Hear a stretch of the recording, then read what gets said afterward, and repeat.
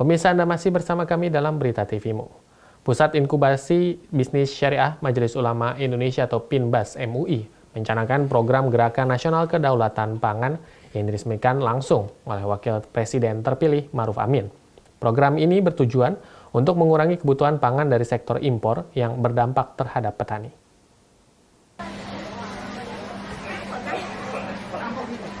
Saat ini komoditi impor dalam sektor pangan sangat tinggi.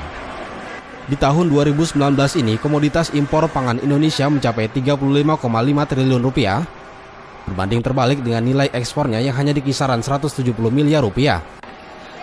Tingginya nilai impor pangan itu sangat berdampak besar terhadap para penghasil pangan yaitu petani.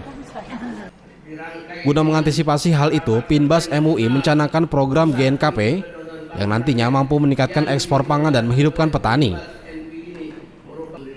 Menurut Direktur PINBAS MUI Azrul Tanjung, perencanaan Gerakan Kedaulatan Pangan PINBAS MUI didasari untuk mensejahterakan hidup petani. Hal ini perlu dilakukan untuk meningkatkan petani dalam upaya memajukan pangan di Indonesia. Acara Gerakan Kedaulatan Pangan yang kita lakukan selama 3 hari ini bertujuan dalam rangka untuk bagaimana mensejahterakan, meningkatkan taraf hidup petani. Nah, kita selama ini tahu bagaimana petani kita ini tersingkirkan ya dalam segala hal. Nah, untuk itulah kita perlu mengajak berbagai stakeholder, baik itu ormas Islam, baik itu pemerintah maupun pelaku-pelaku.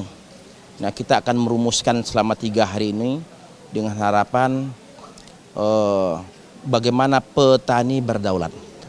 Nah, kenapa ini penting? Karena kalau kita lihat selama ini betapa menyedihkannya.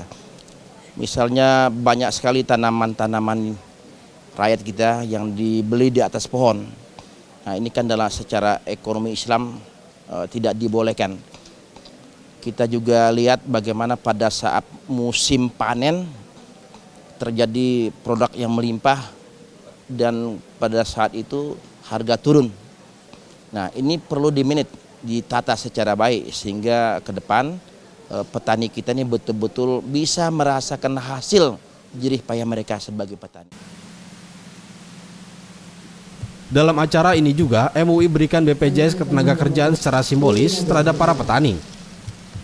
Hal ini dilakukan untuk berikan kepedulian bagi para petani yang sudah memberikan kontribusi bagi negeri, terutama soal pangan di Indonesia. Kohar Ariski, Icu Branski memberitakan dari Jakarta.